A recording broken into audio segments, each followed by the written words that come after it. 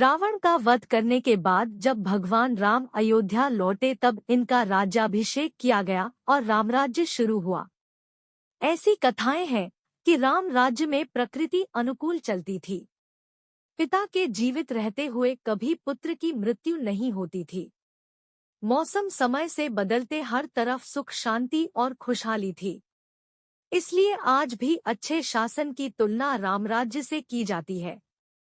लेकिन राम राज्य में भगवान राम ने 5 ऐसे फैसले किए जिसे जानकर आप हैरान रह जाएंगे कि भगवान राम ऐसा कैसे कर सकते हैं। देवी सीता को वन में छोड़ने का आदेश राजा रामचंद्र जी ने लक्ष्मण जी को दिया। लक्ष्मण यह काम नहीं करना चाहते थे क्योंकि वह देवी सीता को पवित्र और पतिव्रता मानते थे और देवी सीता के प्रति उनके मन में विशेष आदर भाव भी था। लेकिन राम जी के आदेश के कारण उन्हें देवी सीता को वन में जाकर छोड़ना पड़ा और वापस लौटकर अयोध्या आना पड़ा। देवी सीता की लंका में अग्नि परीक्षा हो चुकी थी और भगवान राम को इस बात का पूरा भरोसा था कि देवी सीता पतिव्रता है। बावजूद इसके एक धोबी ने देवी सीता के चरित्र को लेकर सवाल उठा दिया। भगवान राम ने राजधर्म का पालन करते हुए देवी सीता को वनवास भेजने का आदेश दे दिया और वह भी उस समय जब देवी सीता गर्भवती थी। कदम कदम पर श्री राम का साथ देने वाले लक्ष्मण को भगवान राम ने मृत्युदंड दिया था।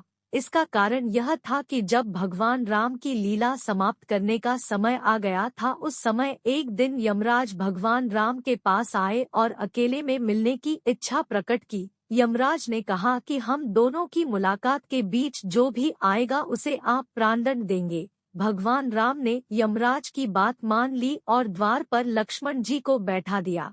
इसी बीच ऋषि दुर्वासा वहां आ गए और तुरंत श्री राम से मिलने की इच्छा प्रकट की और मजबूर होकर लक्ष्मण जी को राम जी के पास जाना पड़ा और यमराज के दिए हुए वचन के अनुसार भगवान राम ने लक्ष्मण को त्याग दिया।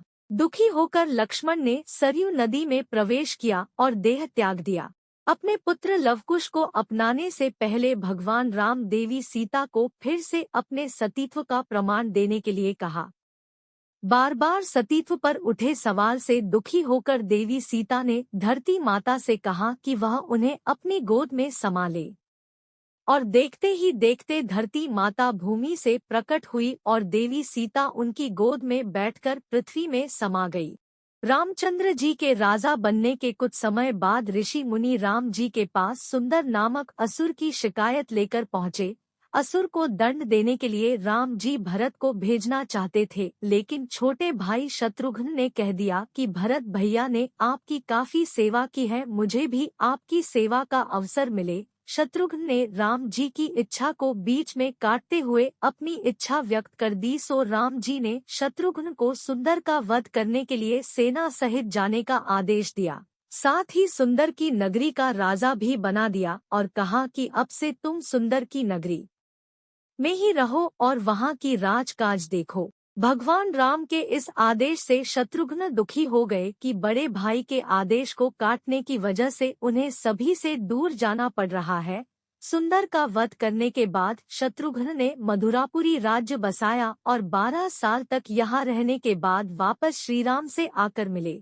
दोस्तों, उम्मीद है आपको वीडियो पसंद आई होगी। वीडियो को लाइक करें, शेयर करें और अभी तक चैनल को सब्सक्राइब नहीं किया है तो अभी कर लीजिए।